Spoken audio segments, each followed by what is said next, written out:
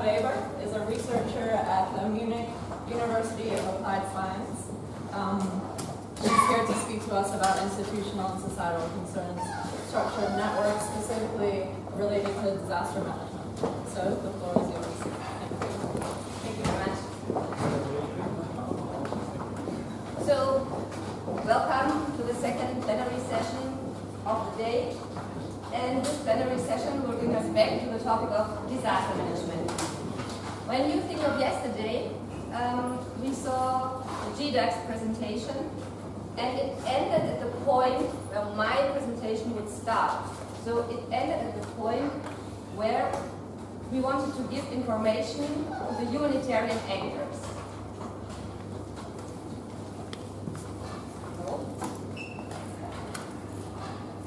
The title of this presentation is Do Media Strengthen Trust in Network Building? And relates to media use in global relief. I'm interested from the beginning in the long-term perspective of disaster management. And the long-term perspective is very rarely investigated. Most of the literature focuses on the emergency and rescue aspects of disaster management. So let me tell you what the agenda is, where I will put you through. So first there will be a short intro. I call it Research and Me.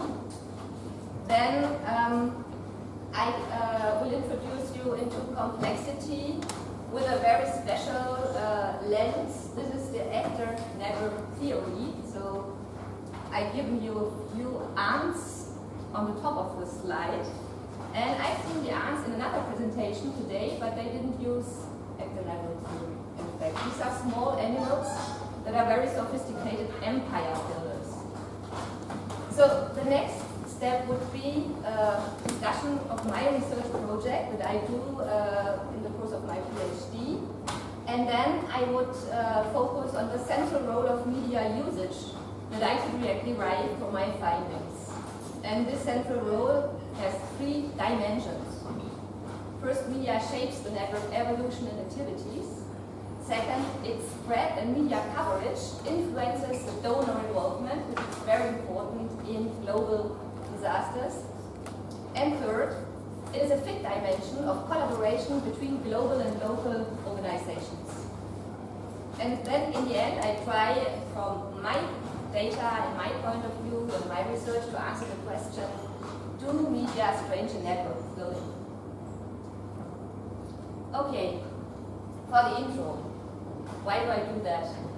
I am motivated by professional experience. I was active for a foundation that was doing development cooperation with Indian partners. And in 2004, in many of these projects on the coastal side of southern India, the projects turned into rehabilitation programs because of this devastating disaster.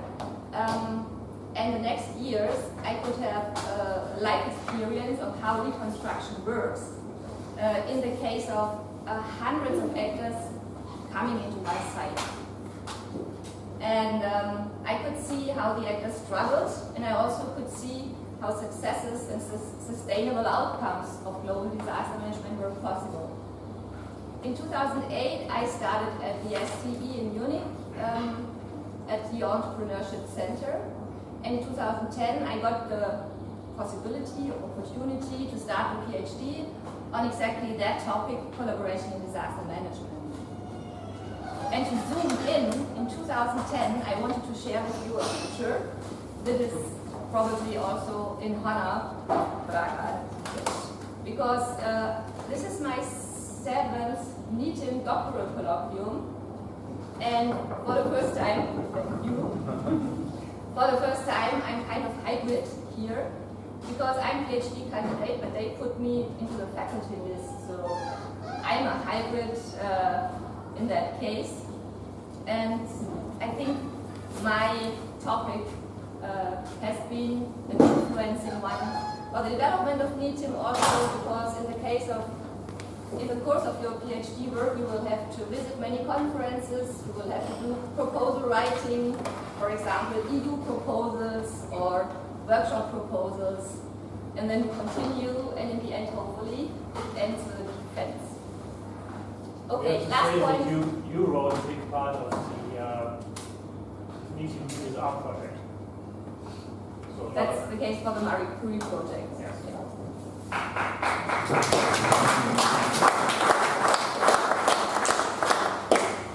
Okay, and last part of the intro, what are we talking about? We need some definitions because there are many definitions used for crises and disasters, and I will stick to that one from the UN. A disaster is a serious disruption of the functioning of the community, first point. And it involves widespread losses. And it has strong impacts that exceeds the ability of the community itself to cope using the own resources.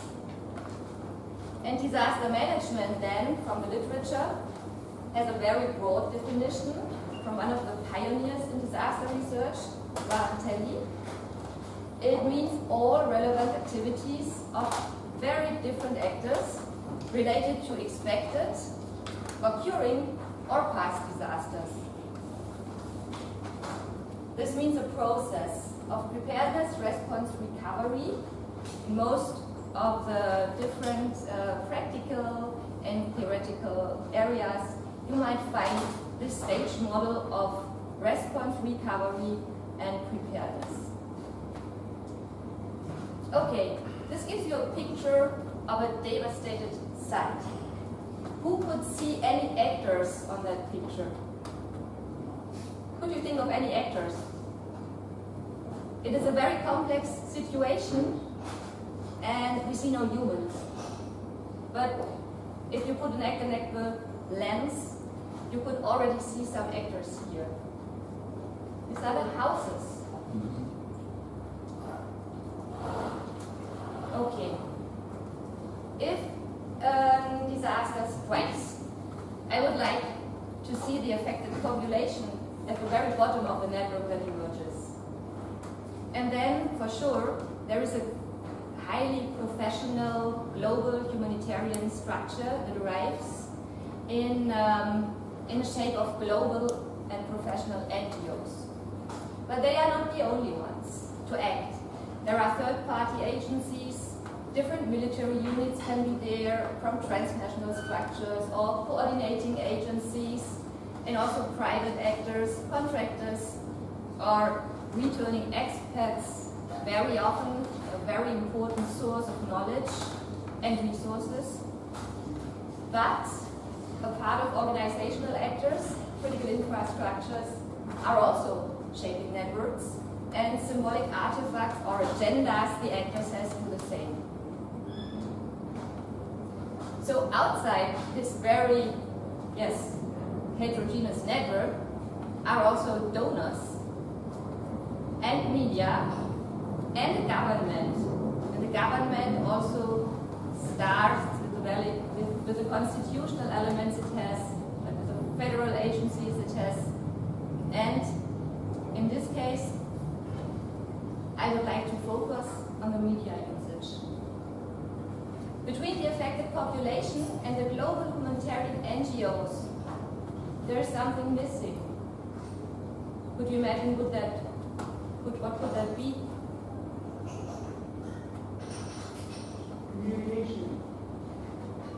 Communication. From the local to the global level. Because it will not happen without the intermediate structure. And that intermediate structure are the local NGOs and the civil society that is organized locally. And the problem for the global humanitarian NGOs is that there are so many small local organizations and they have to connect with them in the case of disasters.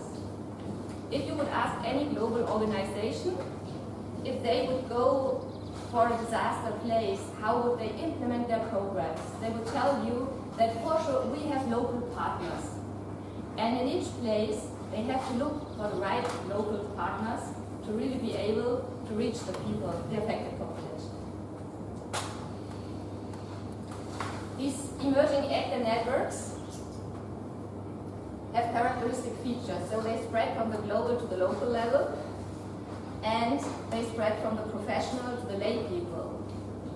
And plans do not help, because it is for many people a completely unforeseen situation. And so all are in the same situation, that they have to find a mode of muddling through. And here again, the biggest difference might be that I have organizational actors, but also actors that are kind of objects or artifacts that are needed, and could be vulnerable, could make the people more vulnerable or more resilient. In some places, there are successful, sustainable, and sometimes innovative outcomes of disaster management. And the question for my PhD was, how do these networks do? How do they collaborate over the course of years for these sustainable outcomes? And I tried to think of not only actors in their heterogeneity, but also in the network dynamics, because over the course of time, network dynamics also influence the outcomes of disaster management. Comparing the different actors, there are asymmetrics, and it is an asymmetric relation between the global and the local NGOs, for example. And we have the same structure in innovation management, that also there could be problems of collaboration without clear goals, asymmetric partnerships between startups and established companies, and the prevailing uncertainty. And why is it that in such management cases there is the problem of collaboration? That is because the collaboration tools are not really made for complex settings, but for stable settings. So the organizations are prepared for routine tasks, and they want to go on in a linear mode. They want to be ready with one special activity before entering the next phase, and this is kind of impossible and will not work in a complex, chaotic setting as disaster management. So if we choose as one possibility to look at complexity the actor network theory, then we can learn a lot for better understanding of actor network formation. So actor network theory proposes three steps of network formation, which are, in the beginning, problematization, then interestment of the different actors for alternative activities, then the enrollment of all actors in these activities, and an ongoing mobilization of all the actors. That would make for a network to really stay in existence and to realize successful outcomes. And this process is iterative, can be cascading, and can include loops, and for sure is a non-linear process that includes the technological and the social actors. For the step from the problematization, which happens in the beginning when nobody has a clue what to do and which interest to realize first and which needs to fulfill first, there is a special point where the network actors have to go through and up. So all interest should be seen, made visible, and passed in one, so that the network has a common goal. If this up is not done, then it is very difficult for a network to get enrollment and mobilization of the different actors.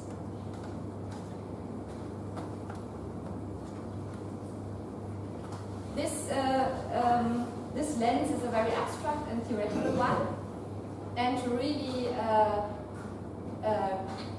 dive deeper into the ongoing collaboration over years, I needed a tool to map the disaster management activities. And I looked for a critical incident technique, which is a sequential method where you have to ask the different actors of an activity for the points within this ongoing action, where this ongoing action has changed somewhat. So these incidents are very easily memorized, and these incidents can also be asked to the participating people and organization, but you can also see them and look for them in secondary data. I look for three different networks or project sites in relief that obviously came out or ended up with sustainable local outcomes. And I looked how they, with the different actors which were included in that case, from the local to the global level, how they enrolled over the time and which critical incidents were coming up for them.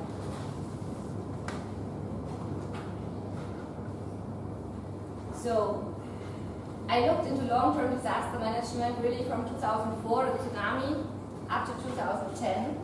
I had these global local networks that emerged on site after the tsunami. I looked for the sustainable outcomes, and I selected the 3 relief projects to really map this ongoing network building and disaster management in one. I could go to India and ask many of these organizational actors. Sometimes it was the directors itself, sometimes it was just project officers, and I had interviews of 2 hours that gave me a very rich, deep insight for coding. And I could check and balance against rich secondary data also, because there are so many evaluations, newspaper clippings, project documents. Really, this global disaster is very well researched, and I could have access to a lot of rules that I couldn't have if I was not involved from the beginning. Also, the disaster management.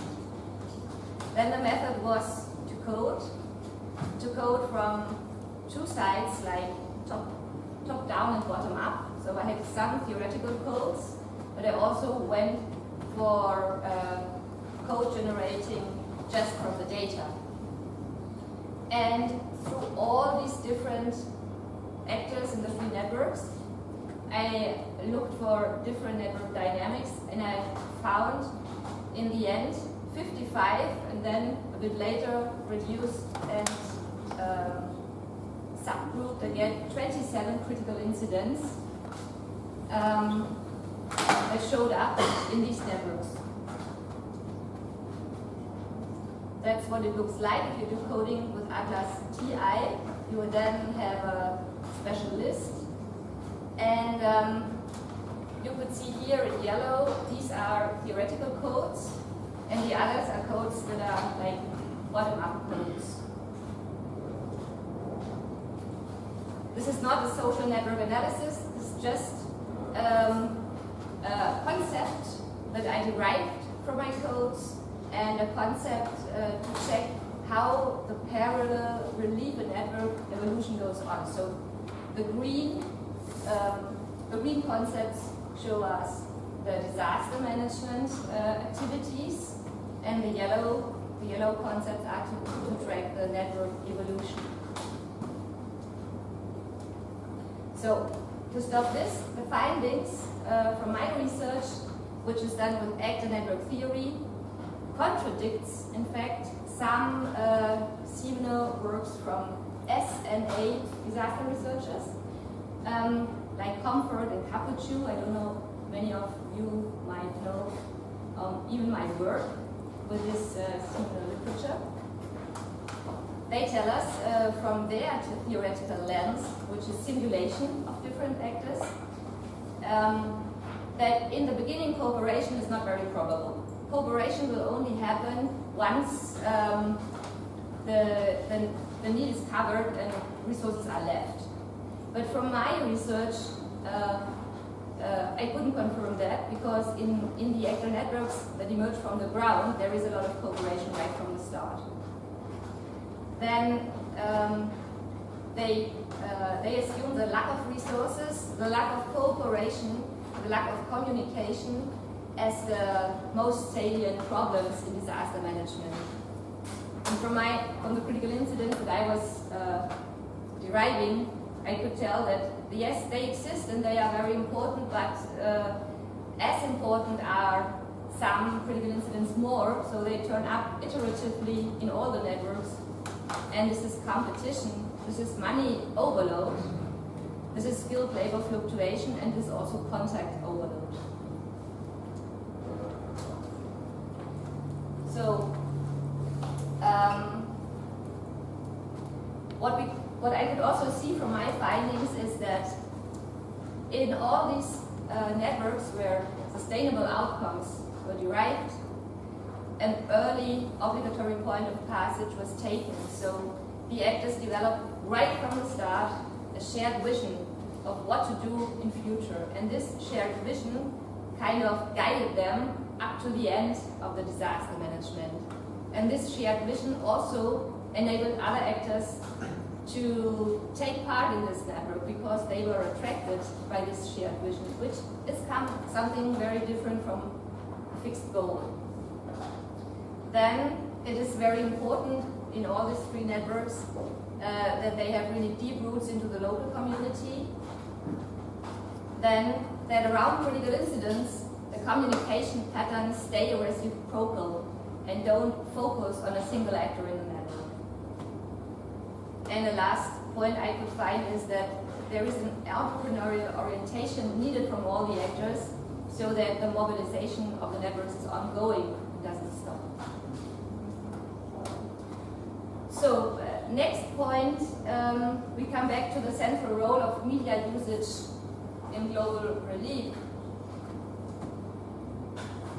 My aim was to generate knowledge on successful collaboration in the long term.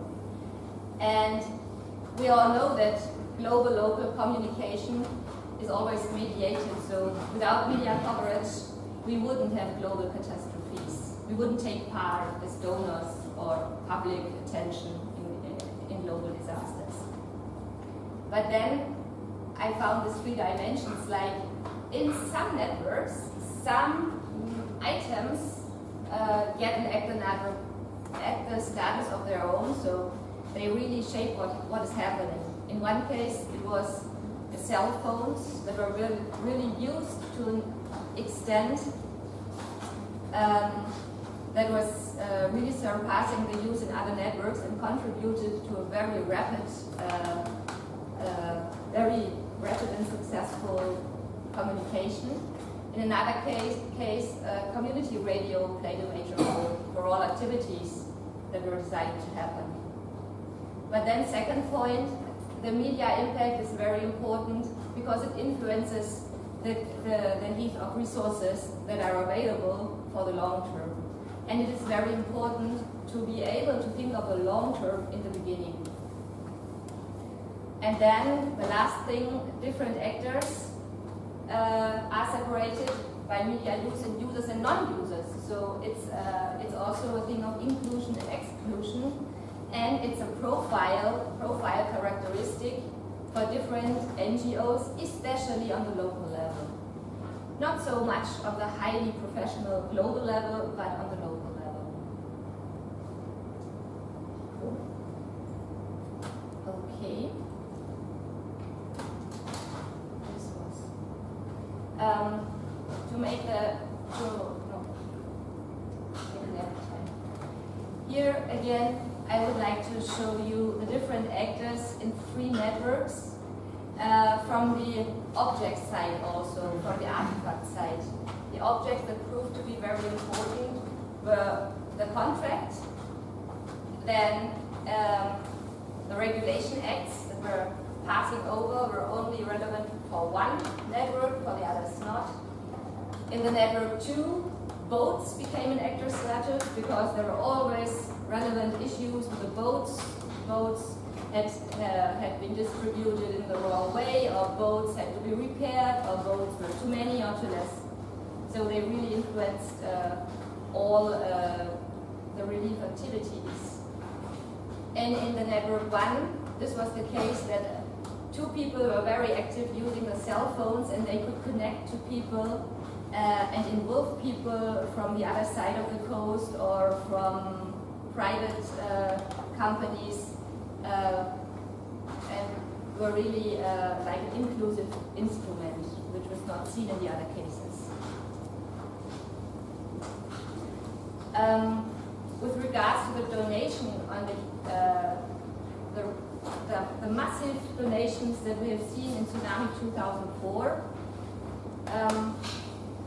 perhaps you are aware that MSF, like after the first months, when they had enough donations, they asked in public for donations that would not go any longer to tsunami, but for famine purpose in Africa. And other disasters were just not seen because they were not covered by media. For example, also in the beginning of 2005 in Afghanistan, strong earthquakes happened. There was no coverage, there was no attention, and there was no disaster management activity, nearly no. Then media spread also causes unrealistic expectations from many sides. And this again can be very nocive to the disaster management activities. And media, if they are used, they should respect the ethical standards, but very often in the case of catastrophes, they don't. And from the last point that I could see from my data, I tried to show that really the media usage that is adopted by a network can give them a special strategy and can make them a matching fit for a global partner or not. Because if two partners in the network don't have a fit in these dimensions, they will face serious problems to realize common ends. And so you could divide with that dimension media usage between more protective networks or real advocacy networks.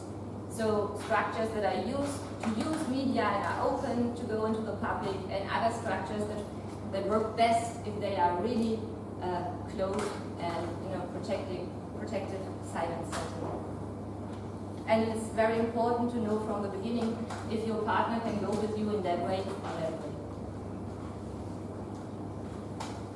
So to come to the question that I was asking myself, or that I'm asked very often if I talk of this research, people say that what we need in the digital age is more visibility, more communication, more media usage, faster, quicker, and so on.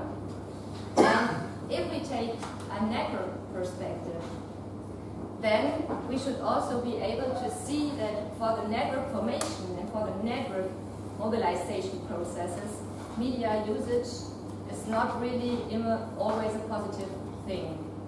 So IT is not always the enabler. It is not the right thing to go public in all situations. And for the network formation itself, visibility of single actors is a big problem. I don't know if you have seen photos from project sites where all the organizations are presented with their own brands, flags, signs. So this is certainly a way that is destroying the network perspectives, because it's only highlighting the achievements of one organization. And different critical incidents that are found in the networks also tell us that media usage should be seen more different and with positive and negative effects. That is a critical incident that is very recent in all networks from the beginning to the end: contact overload and skilled labor fluctuation.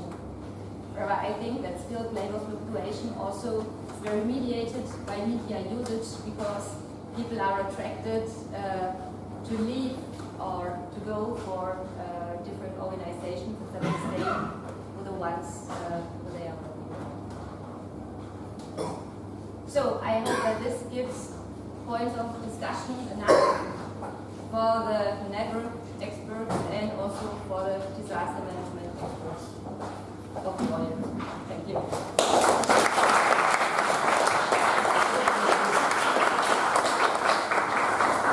Thank you, Christina. I think we have some time for questions. So, are there any comments, questions? Yes. When you visited to interact with the agencies there in India, so I agree with the fact that you talked about ethics of media usage and how it is appealing for something, and the fact that visibility of single access is very important, but can jeopardize the network as well. For example, in practice, you see unisense buckets, they are all blue, but that undermines the efforts of the agencies in something. But in your interviews, were you able to see that from the people? How does that kind of affect their way of operations? Because they are still getting money from these agencies to actually implement aid deliveries. What is that? The second is the question of visibility also is about a lot of these implementing agencies do not want to be visible, but they just want to focus on the work. So there is always a disparity between the kind of people who focus more on being visible and some people who just focus on getting the work done. But in your experience as an external entity going to interview them, did you observe the cultural and language barriers? Some agencies also who are actually doing the groundwork are incapable of talking to a foreigner person, say for example. So that is an important barrier. So if you were talking to these people, they were probably literate in English. But there are a lot of agencies are not. So if you go to field responder, so was that visible in your interviews in some sense? The linguistic barrier. So in a way, what I'm trying to say is that those people who are able to communicate or present themselves more also create a disparity because they get more visibility and they can communicate to external entities more. So was that something which was evident in your research? To answer the question of the language problem, there are in this after global disasters in rather developing countries, the language problem is very salient, and it's not only the different languages like Hindi or Malayalam or English, but also the technical terms that are used from professional agencies. They are not understood by the affected villagers of fishing people. And when I was there to take the interviews, I had a friend with me who was able to talk in Hindi and Malayalam. But I had another problem to really to really ask the people, and not only the local population but also the organizations, for their critical incidents. And I think this was only possible because I could show that I was involved some years before, and I would know all the mess that happened there, and I was aware how complicated all this was. Because to ask for critical incidents in India is a special problem in itself, because people are not used to come up with rather negative items. So the language problem had many dimensions, but if you have a good access, I think then it can be dealt with. What was your first question? About the visibility. Visibility. These agencies were able to say communicate to agencies, or even in the media where the concept of single actors being more visible. So that kind of undermined the other actors or agencies who are actually doing the work as well, but that somehow affects the dynamics of the operation there, because they are not visible, so they do not get the credibility or something like that. So Many people told us that they were not, they were wondering about all the signs that were brought up on the houses, on the tents, and so on. And you could see in the beginning phase of the disaster management that the organizations were really like entering the villages, putting their signs on different places, schools, or yes, to show that they are here. And this kind of visibility showed other organizations that they were here and they should stay away. So it was kind of never closure. But at the same time, it hindered the communication with the locals because. Yes.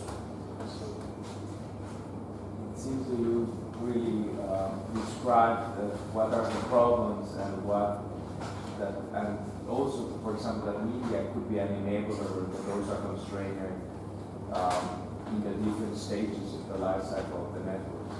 But then you came out as a kind of recommendations or countermeasures because media could be, as you say, useful sometimes and not so useful in other times, even negative.